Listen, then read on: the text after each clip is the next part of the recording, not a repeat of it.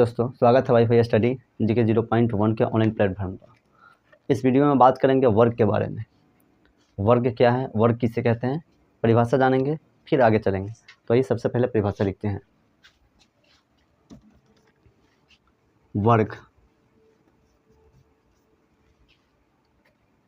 किसी संख्या को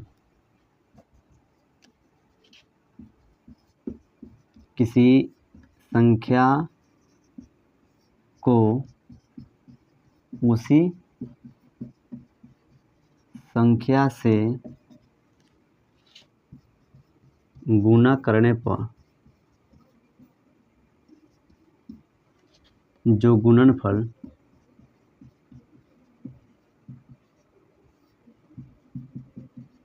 प्राप्त होता है उसे उस संख्या का वर्ग कहते हैं।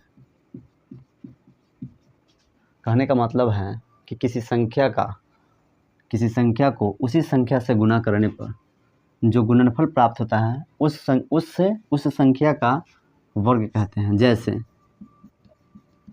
हमको 1 का वर्ग करना है, 1 का वर्ग करना है, तो 1 का वर्ग का मतलब है कि 1 से 1 में गुणा करेंगे, उसी संख्या से 1 से 1 में गुणा करेंगे तो हमें जो संख्या प्राप्त होगा वह संख्या का वर्ग होगा।